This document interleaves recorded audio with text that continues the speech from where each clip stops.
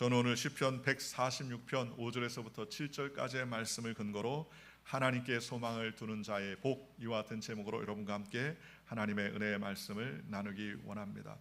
우리가 사는 세상에 모두 다 복을 받기 원합니다. 어떤 사람이 보니까 한 2년 전에 미국에서 복권을 당첨됐는데 2조 8천억 정도의 복권을 당첨됐어요. 생각지도 못한 돈을 당첨됐으니 과연 복을 받았다라고 생각할 수도 있습니다. 어떤 사람은 원하던 직장을 얻어서 복을 받았다, 또는 나는 내가 원하는 일에 결론을 맺었으니까 복을 얻었다, 나는 건강하니까 복을 얻었다, 그렇게 이야기하는 분들이 많이 있습니다. 그런데 진짜 복은 바로 하나님과 동행하는 삶을 사는 것이 진정한 복인 줄 믿으시기를 주님의 이름으로 축원합니다. 오늘 성경의 말씀에 보니까 오늘 우리가 이 땅에 살면서 어디다 우리의 마음을 쏟느냐가 매우 중요하다고 성경들에게 말씀해 주셨습니다. 그러니 우리는 이 세상에 살면서 세상에서 주는 복도 중요하겠지만 하나님이 주시는 복을 누리는 믿음의 백성이 되시기를 주님의 이름으로 축원합니다. 시편 146편에서부터 150편까지는 이 5편을 할렐루야 시라고 그렇게 이야기합니다. 왜냐하면 처음 시작할 때 할렐루야라고 시작하고 마지막에 할렐루야 하면서 끝나기 때문입니다.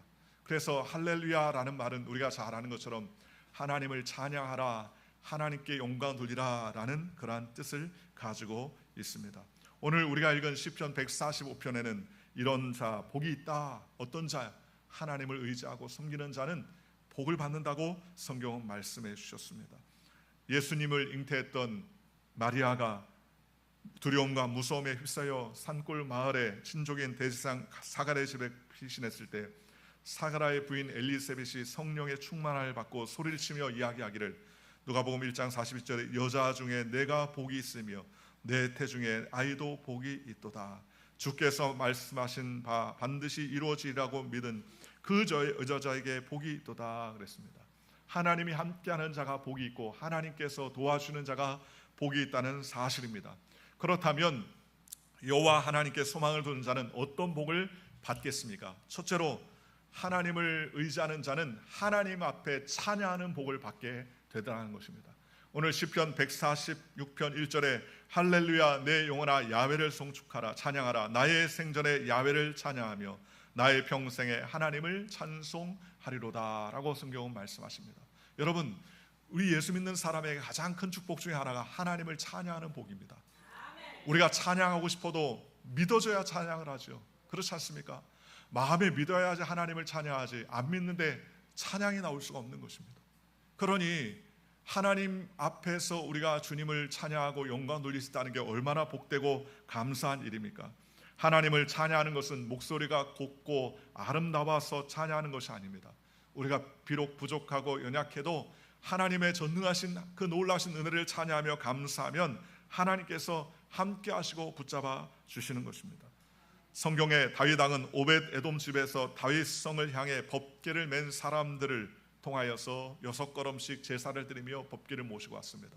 그런데 다윗은 얼마나 뜨겁게 감사하며 찬양했는지 온 몸을 다해서 하나님을 찬양하고 온 몸이 들썩거릴 정도로 그렇게 하나님을 찬양했습니다.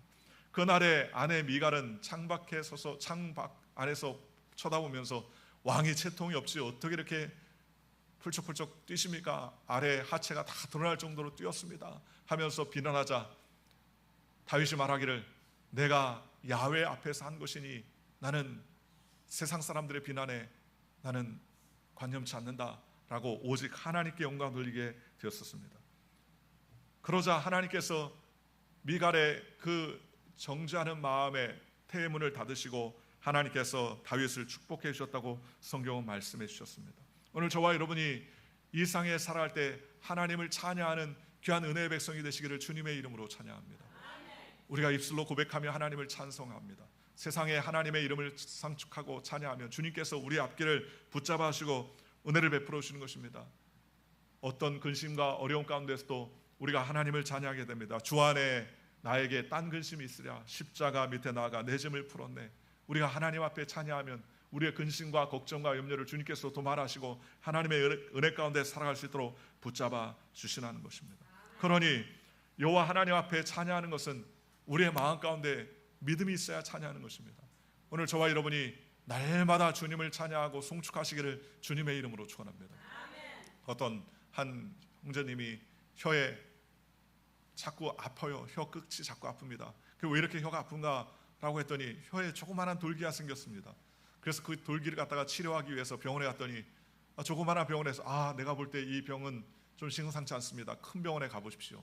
그래가지고 큰 병원에 갔더니 보니까는 조사를 하고 조직 검사를 했더니 혀에 암이 생겼어요. 그런데 이 혀에 암이 얼마나 급속도로 생기는지 한 일주일 한 달 사이에 암이 두 배로 자꾸 커지기 시작하고 입안에 꽉 차게 되었습니다. 더 이상 방치하면 안 되겠으니 전이 되기 전에 암을 제거합시다.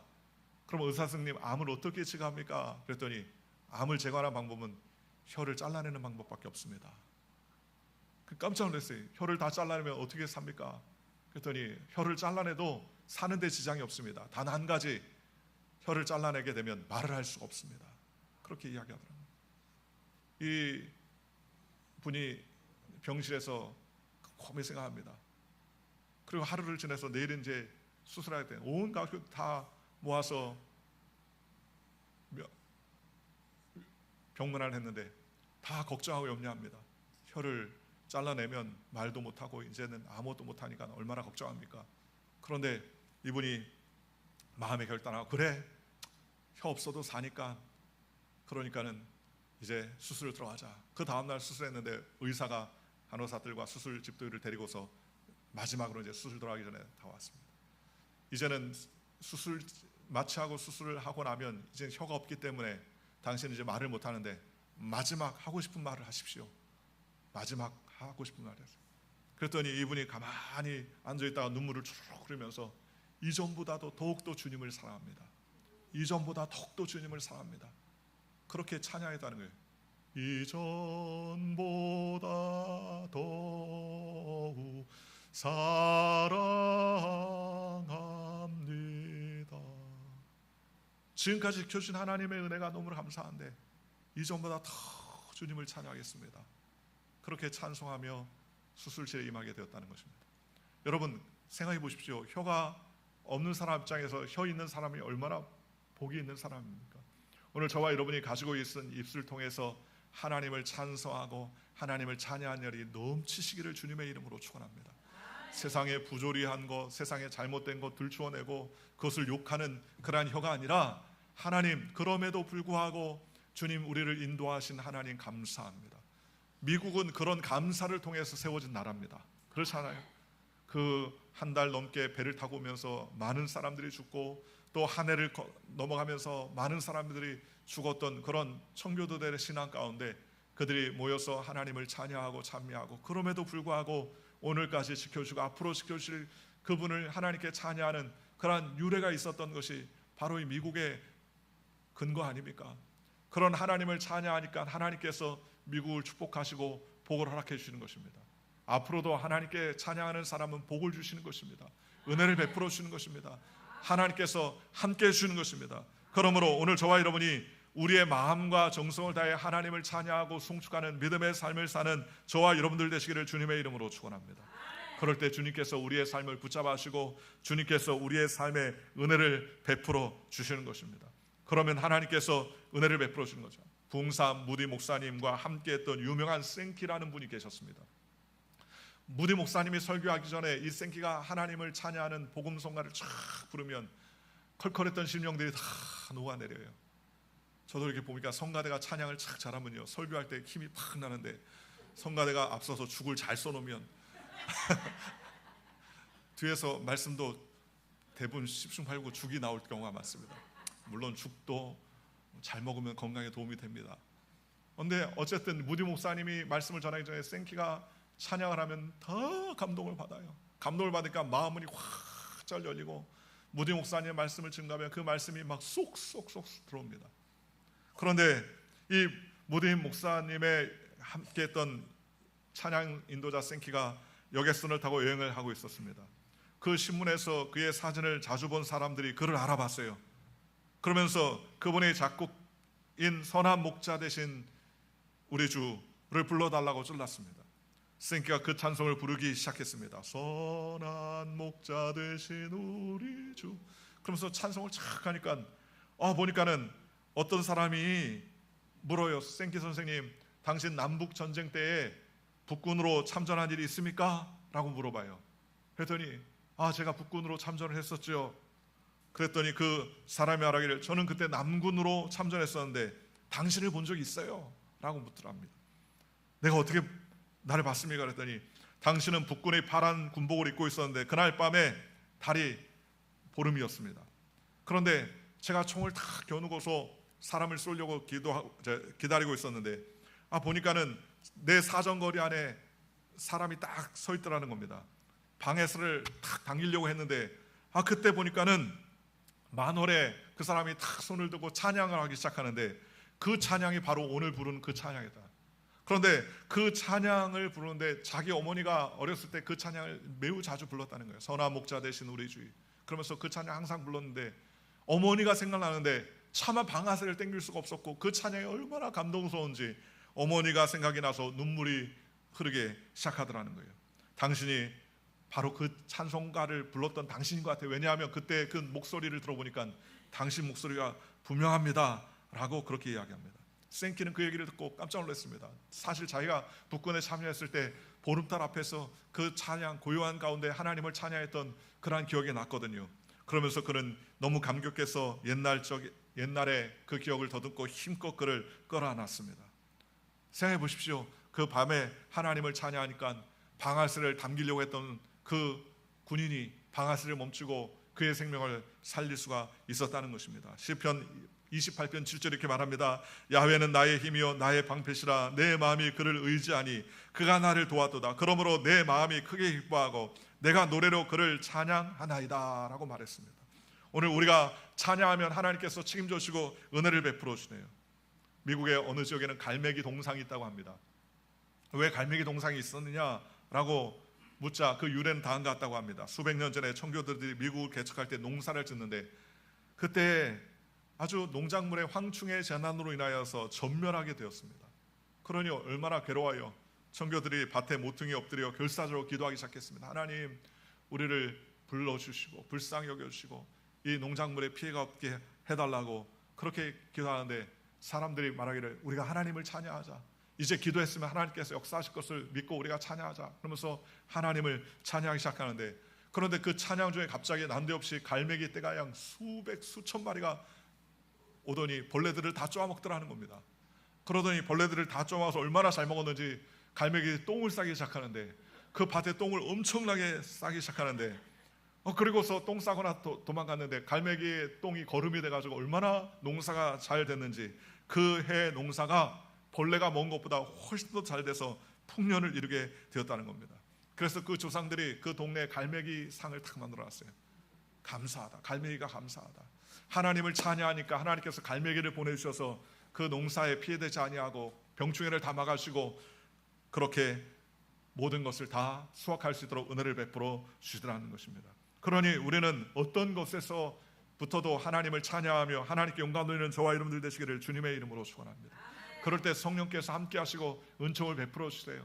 두 번째로 우리는 하나님 앞에 감사하는 자가 될 수가 있습니다. 여호와 하나님을 의뢰하고 섬기는 자는 감사하는 자가 되어지게 됩니다. 찬양하는 것도 감사하니까 찬양이 나오죠. 마음이 이렇게 쓰싸면 찬양이 나올 수가 없습니다. 그런데 감사하면 하나님께서 역사하시고 은혜를 베풀어 주시는 것입니다. 어떤 독실한 신자가 있었는데 그 신자가 쌀 한 가마니를 외상으로 맡아다가 마루에 타 올려놨어요. 그날 밤에 그런데 보니까 도둑이 들어와서 홀랑 그 쌀 한 가마를 가져가 버린 거예요. 신앙이 좋은 분인데 쌀 한 가마를 가져왔으니 얼마나 화가 납니까? 근데 그의 마누라가 도적을 욕하면서 막 야단칩니다. 여보, 쌀 한 가마를 가져갔어. 이제 먹을 양식이 없어. 어떻게? 외상으로 가져온 거야. 어떻게? 그러면서 이야기하는데 그 독실한 신자 노인이 하는 말이 너무나 염려하지 마라. 너무 떠들지 마시오. 나는 쌀 한 가마를 잃어버렸는데 감사할 것이 5가지가 생겼으니 너무나 감사하다라고 이야기합니다. 그랬더니 그 부인이 하는 말이 아니 쌀 한 가마를 잃어버렸는데 무슨 감사할 것이 5가지나 생깁니까? 라고 묻더라는 겁니다. 그랬더니 그가 이렇게 얘기합니다. 보라고 우리는 쌀 한 말도 얻기 힘든 집안인데 쌀 한 가마니나 외상으로 얻게 된 신용이 있었으니 얼마나 감사하냐 이거예요. 신용이 있으니까 쌀 한 가마를 얻어오지 한 말도 얻기가 어려운 때 아니니까. 또 두 번째 감사할 것은 남은 도적질하며 사는데 우리 집은 도적질하지 않고 오히려 도둑을 맞을 수 있는 것을 갖고 있으니 얼마나 감사하냐라고 그렇게 이야기했습니다. 또 말하기 육신의 양식은 잃어버렸는데 그래도 영혼의 양식은 잃어버리지 않았으니 하나님께 감사하다. 또 그렇게 이야기했습니다. 또 네 번째는 외상으로 얻은 쌀이라도 남의 것을 잃어버리지 않고 내 것을 잃어버려서 다행이지 않느냐. 남의 것 잃어버렸으면 너무 낙심일 텐데 내 것을 잃어버렸으니 그나마 다행이다. 그러면서 이야기하더라는 겁니다. 그러면서 이 모든 것이 다 하나님의 은혜다 하고 감사하게 되더라는 것입니다. 감사하는 사람에게는 감사할 것만 보이고요, 감사하지 않는 사람은 감사하지 않는 것만 보이게 되더라는 것입니다. 그러니 오늘 저와 여러분이 감사하시기를 주님의 이름으로 축원합니다. 오늘 우리가 성전에 모일 수 있는 것도 감사한 거예요. 그렇잖아요. 오늘 우리 임남도 권사님 지난주에 안 보여서 통화를 했더니 교회 나오다가 계단에 넘어져가지고 떼굴떼굴 굴렀답니다. 그죠? 다행이에요. 그래서 왜 안 다치고 뼈 안 부러지고 그랬으니까 다행이지. 그죠? 오늘 안전하게 나올 수 있어서 감사하죠. 오늘 이 자리에 저와 여러분이 다 성전에 모여서 예배할 수 있는 것도 주의 은혜입니다. 주님 감사한 거예요. 하나님이 건강한 몸을 주셨죠. 건강한 몸 주셔도 마음이 없으면 절대로 이 자리에 올 수 없습니다. 그렇지 않습니까? 마음이 있으니까 이 자리에 왔어요. 또 주님께서 우리에게 달려갈 수 있는 마음과 생각을 허락해 주셨으니 감사합니다. 그렇지 않습니까? 놀러 갈 때도 많고 마실 갈 때도 많고 구경할 때도 많은데 그러한 때 우리를 하나님의 성전에 불러서 하나님께 영광 돌릴 수 있도록 은혜를 베풀어 주신 것이 얼마나 감사합니까? 그러니 우리는 날마다 하나님의 은혜 가운데 살아가는 믿음의 백성이 되시기를 주님의 이름으로 축원합니다. 하나님을 의지하면 주님께서 책임져 주시고 붙잡아 주실 줄 믿습니다. 세 번째로 우리에게 어떤 복이 임합니까? 하나님께 소망을 두는 자는 자기의 힘을 하나님 앞에 두게 되더라는 것입니다. 오늘 하나님을 자기의 도움으로 삼는 자라고 성경 말했습니다. 야곱의 하나님을 자기의 도움으로 삼는 자는 복이 있다라고 말했습니다. 여러분, 세상의 사람들은 젊음이나 재물이나 미모나 유산이나 권력이나 능력이나 실력 이러한 것들을 자랑합니다. 그런 것들을 자신의 가장 중요한 것으로 살아갑니다. 그런데 오늘 시편 기자는 말하기를 나는 하나님을 우리의 도움으로 삼는다. 하나님을 우리의 자랑, 자긍으로 살며 하나님께 영광 돌린다는 거예요. 민수기 6장 24절 25절에 아론의 축복의 내용이 이렇게 나오고 있습니다. 야훼는 내게 복을 주시고 너를 지키시기 원하며 야훼는 그의 얼굴을 내게 비추사 은혜 베푸시기를 원하며 야훼는 그의 얼굴을 내게로 향하여 드사 평강 주시기를 원하노라 라고 축복했습니다. 또 민수기 6장 27절에 보면 하나님은 내가 그들에게 복을 주리라 라고 말씀했습니다. 여러분, 우리 믿음의 사람들은 하나님이 우리를 지켜주신다는 사실을 확실하게 의지하시기를 주님의 이름으로 축원합니다. 나의 삶의 도움의 근거가 세상의 재물이나 물질이나 내 실력이나 능력이나 미모에 있지 아니하고 하나님을 섬기는 그 마음부터 있다는 사실을 우리가 기억하면 하나님께서 책임져 주시고 은혜를 베풀어 주시는 것입니다. 특별히 하나님은 아브라함의 하나님, 이삭의 하나님, 야곱의 하나님이라고 하는데 오늘 야곱의 하나님을 자기의 도움으로 삼는다라고 말했습니다. 왜 야곱의 하나님일까요? 아브라함은 75세에 부름받아 100세 아들을 낳고 믿음의 조상이라는 이름을 받은 사람입니다. 그러니 우리가 범접하기는 어려운 사람이에요. 이삭도 그는 어린 나이부터 아버지가 자기를 죽이려고 번제단에 올릴 때에도 반항하지 아니하고 순순히 주님께 자신의 몸을 하나님께 자신의 몸을 내어놨던 그러한 순종의 사람이었습니다. 우리는 그렇지 않죠. 야곱은 어떻습니까? 야곱의 이름은 발뒤꿈치를 붙잡은 자, 속이는 자라는 거예요. 태어날부터 얼마나 얌체였는지 앞에 가는 형의 다리를 붙잡아 먼저 나가려고 했습니다. 남을 속입니다. 형도 속여서 팥죽 한 그릇에 장자권을 획득하고 아버지를 속여서 팔에다 털 붙이고 에서라고 속이고 또 나중에 삼촌 라반도 속여가지고 양의 떼를 모으기 시작하지 않습니까? 물론 야곱보다 한술 더 뜨는 라반에게 나중에 라헬을 좋아해서 결혼했는데 아침에 첫날 밤 치르고 얼굴을 딱 보니까 라헬이 아니라 레아였어요. 속이고 속는 삶을 살았습니다. 나중에는 고향으로 돌아올 때 그는 야복강 나루토에서 한 때, 두 때, 세 때를 보내면서 추위를 살펴보았을 때 여호와의 사자가 나타나 그와 씨름했습니다. 당신이 복을 내게 주지 않으면 내가 건너갈 수 없습니다. 그는 환도뼈가 끊어지는 상황 가운데서 하나님의 은혜를 입어서 그는 이제는 야곱이라 하지 말아라 이스라엘이라 하라 하면서 축복을 받았습니다. 즉 야곱은 저와 여러분과 같이 부족하고 연약한 인생의 대표자입니다. 그런데 그 야곱이 하나님을 의지하니까, 하나님을 자기의 도움으로 삼으니까 그는 이스라엘의 12족속을 낳는 위대한 하나님의 사람이 될 수 있었다는 것입니다. 오늘 저와 여러분도 마찬가지입니다. 우리는 비록 부족하고 연약해도 하나님을 우리의 도움으로 삼으면 하나님께서 책임져 주시고 은혜를 베풀어 주는 거예요. 시편 144편 15절에 이렇게 말합니다. 다윗이 말하기를 야훼를 자기의 하나님으로 삼는 백성은 복이 있도다 라고 말했습니다. 시편 118편 7절에 보니까 야훼께서 내 편이 되사 나를 돕는다 들 중에 계시니라고 고백합니다. 하나님이 우리의 편이 되어서 돕는 자 중에 계시다고 성경은 말했습니다. 그러니 우리가 연약하고 부족해도 주님의 손길이 도와주면 우리는 부족함이 없는 것입니다. 그러니 우리는 하나님의 믿음 안에서 담대히 나가야 됩니다. 다니엘 보십시오. 사적을 앞에서도 비굴하지 아니하고 그는 담대하니까 하나님께서 붙여주시고 은혜를 베풀어 주셨습니다. 사드락 메사 아벳느고도 그 풀무불 가운데서도 하나님을 의지하고 섬겼더니 그 풀무불들이 그를 범접하지 못하도록 주님께서 붙잡아 주시고 풀무불 가운데서도 건전해 하나님의 나라를 영광 돌릴 수 있도록 은혜를 베풀어 주셨다는 것입니다. 그러니 얼마나 감사합니까? 오늘 저와 여러분이 하나님께 의지하고 하나님께 소망을 두시게 되는 자가 되시기를 주님의 이름으로 축원합니다. 5절에 보니까 야훼 자기 하나님께 자기의 소망을 두는 자는 복이 있다라고 말했습니다. 오늘 저와 여러분이 이 세상에 소망을 두지 말고 하나님의 나라의 소망을 두는 믿음의 삶을 사는 저와 여러분들 되시기를 주님의 이름으로 축원합니다. 예수 비전교회 최연진이라는 집사님이 계신데 이 집사님이 말하기를 오빠 한 분 때문에 온 가족들이 예수 믿고 구원을 받아서 하나님을 신실하게 섬기게 됐다는 거예요. 어떻게 그렇게 됐냐 그랬더니 어릴 때 자신의 가족은 아버지, 할머니, 할아버지 할 것 없이 장독대에다가 물 하나 떠놓고서 밤새도록 빌기를 자주 했다는 거예요. 농사가 잘 되게 해주옵소서, 건강하게 하여 주옵소서, 키우는 가축들이 잘 자라 부자가 되겠다. 그러한 점을 많이 치고 연초가 되면 꼭 어머니는 식구들의 생일을 다 써가지고 점을 치는 일을 매일 했다는 거예요. 그러면서 그 점집에서 얘기하는 대로 무엇을 조심하라 하면 그 조심하는 대로 다 조심을 시켰다고 합니다. 시골 중에 시골에서 살기 때문에 전기가 없어 호롱불 밑에서 바느질을 했던 그러한 가족이었다는 것입니다. 그래서 어디 가든지 미신이었고 어디 가서 미신을 쫓는 그러한 삶을 살았다는 겁니다. 그래서 자신들이 예수 믿게 될지 상상도 못했는데, 그런데 예수 믿게 된 경우가 있습니다.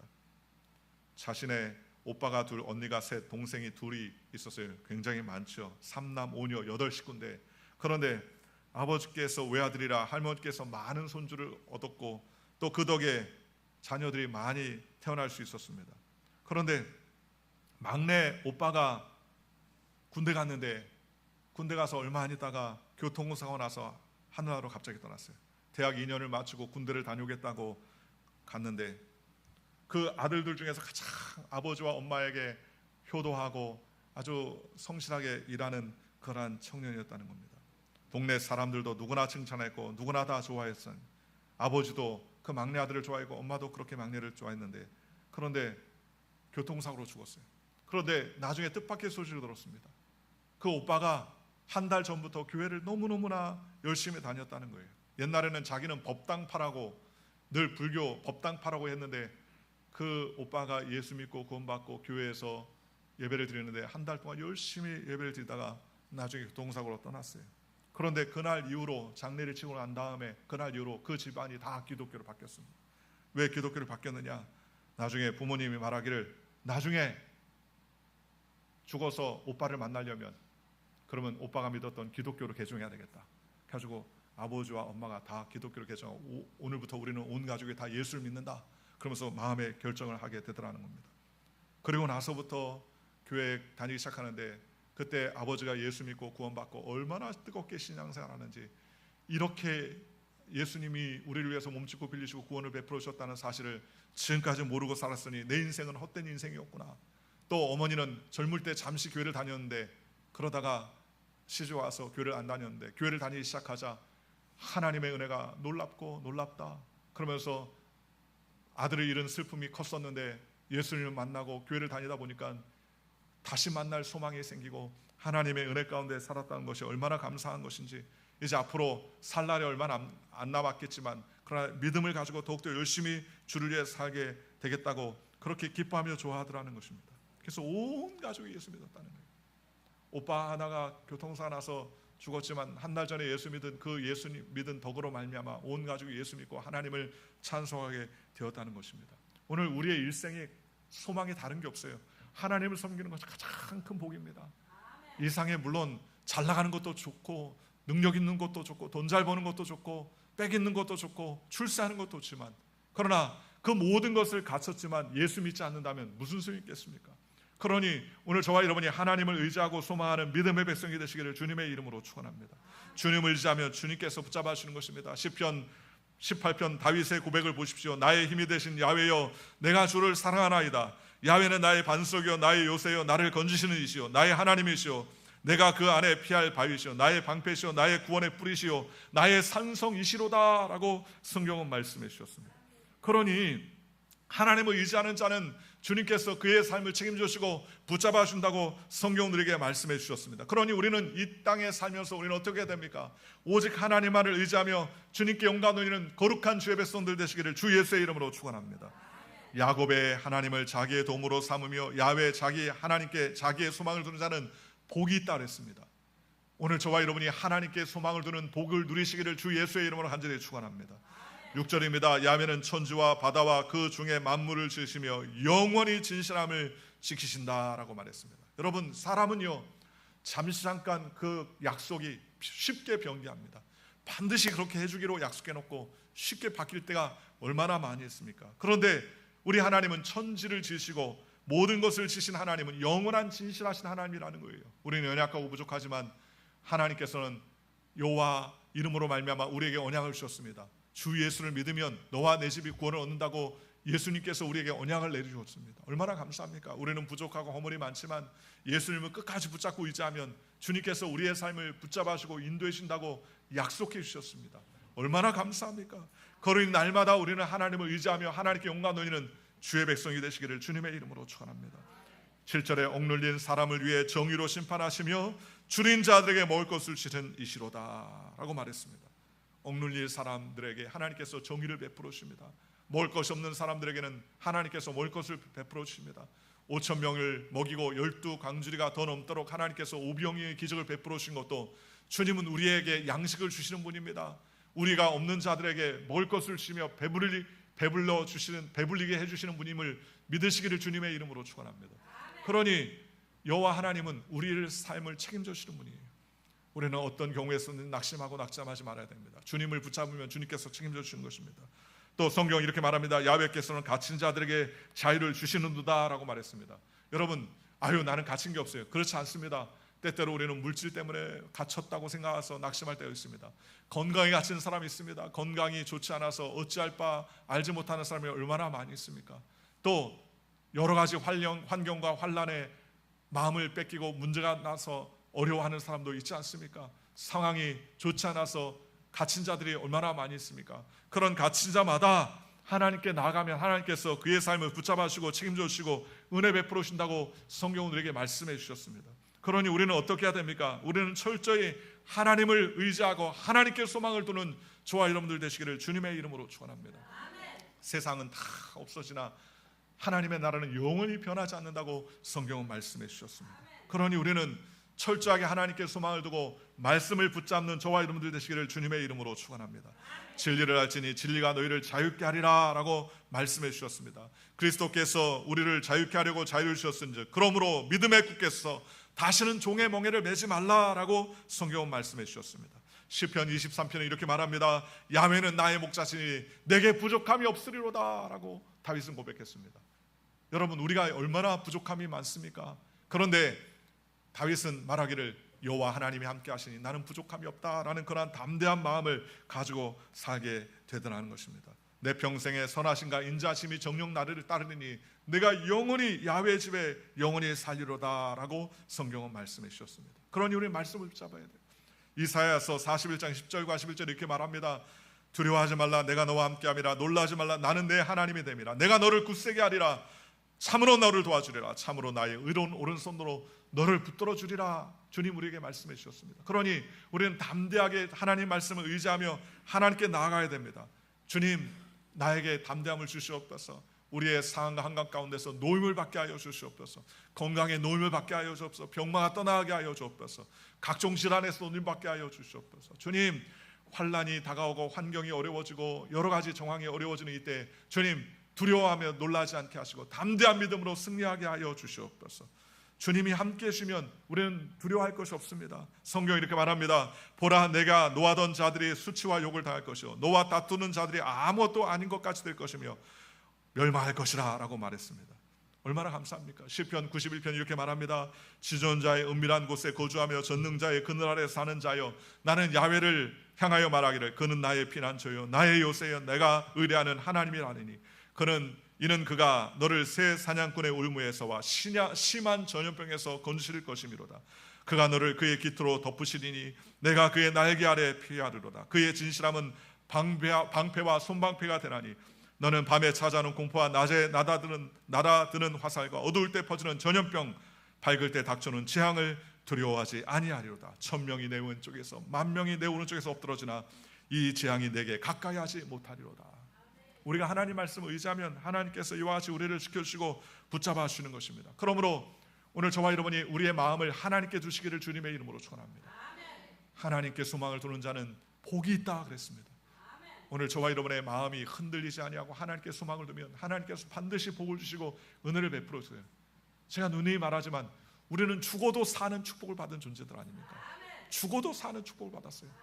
미래의 삶을 보장받은 사람들 아닙니까? 그러니 우리는 담대하게 여호와 하나님을 의지하며 믿음으로 달려가는 거룩한 그리스도의 신앙인들이 되시기를 주 예수의 이름으로 간절히 축원합니다. 기도하겠습니다.